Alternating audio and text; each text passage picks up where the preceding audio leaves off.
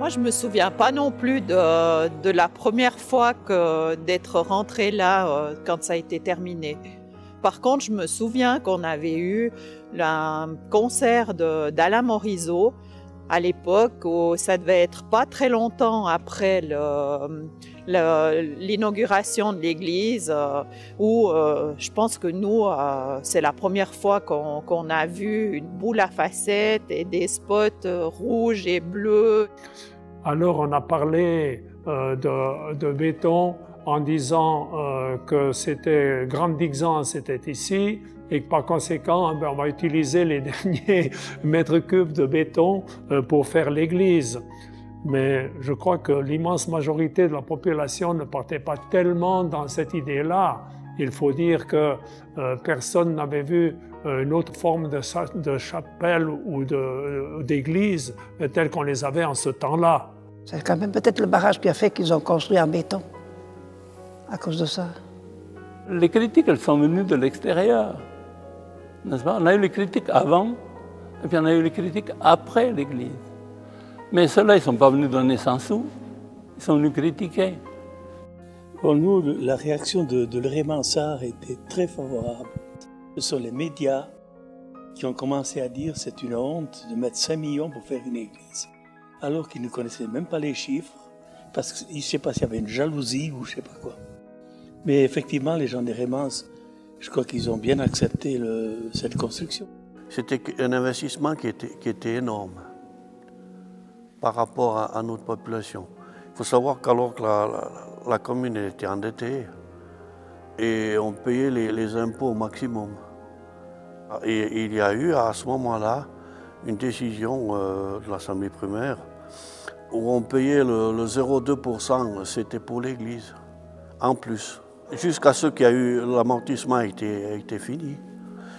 C'était un problème, c'est-à-dire que c'était une charge supplémentaire à ce moment-là. J'étais sacristain là, j'étais sur la place, il y a des gens qui sont venus, mais qu'est-ce que vous laissez faire, qu'est-ce que vous faites? C'était des gens du Valais. Hein. C'était leur pays, on ne fait pas n'importe quoi dans le pays. Mais ils ont dit, ici c'est le nôtre, c'est nous qu'on va le payer. Alors, ils ont le droit de critiquer, sans problème. Mais quand on critique, il faut proposer autre chose, mais qui est mieux. Au sujet des polémiques, je ne me souviens pas qu'à la table de la cuisine, on en ait parlé. On était plutôt fiers Et moi, c'est plus tard où je me suis demandé comment des gens ici, en 1961, avaient pu décider d'un projet de cette envergure ici à Hérémence, dans un fond de vallée à cette époque-là. Et ce que je me souviens aussi, mais on devait avoir quelques années de plus, c'est des touristes qui passaient chaque fois. Ce qu'ils en pensaient, c'est qu'ils ne comprenaient pas cette masse de béton au milieu de ces vieux chalets. Et ça nous est arrivé de leur dire que nous, on trouvait ça beau. C'est clair que ça a fait un choc. Mais au lieu d'avoir toujours une église avec un clocher pointu et deux pans, peint en blanc, on a eu autre chose. On était plutôt favorable à l'église. Et encore maintenant, moi je la trouve vraiment assez géniale. C'est du béton, elle sort du village, une église doit sortir un peu du village, enfin c'est mon opinion. Et puis l'intérieur, c'est magnifique. Alors, on l'aime ou on l'aime pas. Voilà, c'est l'église des Rémans. Un problème, c'était l'histoire des cloches.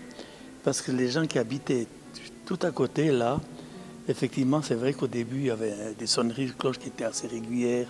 Toutes les heures, ça sonnait. Et après, ça a été réglé gentiment, à l'amiable. On a diminué le nombre de sonneries et tout ça. Oui, c'est ça. Il y avait les cloches. Il y avait Otmar qui s'occupait alors comme sacristain. Alors, il y en a ceux qui lui ont écrit Otmar, on en a marre de ton Tamar. Tout dépend de la foi qu'on a, mais pour nous, cette église, elle fait partie de nous. On a grandi avec. Il y a des réactions qui vont en disant « Oh, mais c'est une merveille ». Et c'est une merveille, effectivement. Et puis, Elle est incorporée depuis 50 ans. Oui, il y a beaucoup de touristes qui passent, qui viennent le voir. Et ils se demandent qu'est-ce que c'est. Ils arrivent à l'entrée du village où il y a les bâtiments en bois et un village, et puis tout d'un coup il y a ce mastodonte au milieu.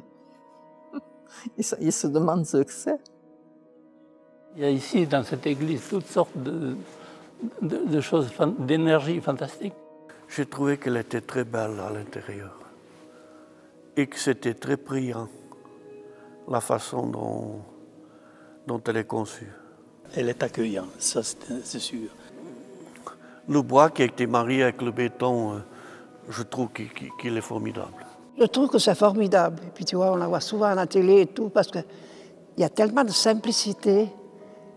Quand on voit ces grandes églises avec les richesses qu'ils ont, en statues et décoration d'église et tout, on se dit, mais la nôtre, elle n'a rien de tout ça.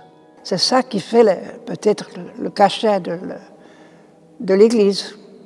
J'ai une petite fille qui m'a dit, mais l'église à vous, c'est nul. Elle dit, c'est nul. Elle dit, il n'y a rien de bien de beau. Elle dit, rien que du béton. Alors, à l'heure, elle était mieux. Celle de béton, c'était quelque chose. Bon, je lui ai dit, la vôtre, c'est la vôtre, puis la nôtre, c'est la nôtre, puis voilà, on regarde comme elle est. Je pense qu'on peut dire qu'on marche dans une œuvre d'art. Ça, je pense qu'on peut le dire.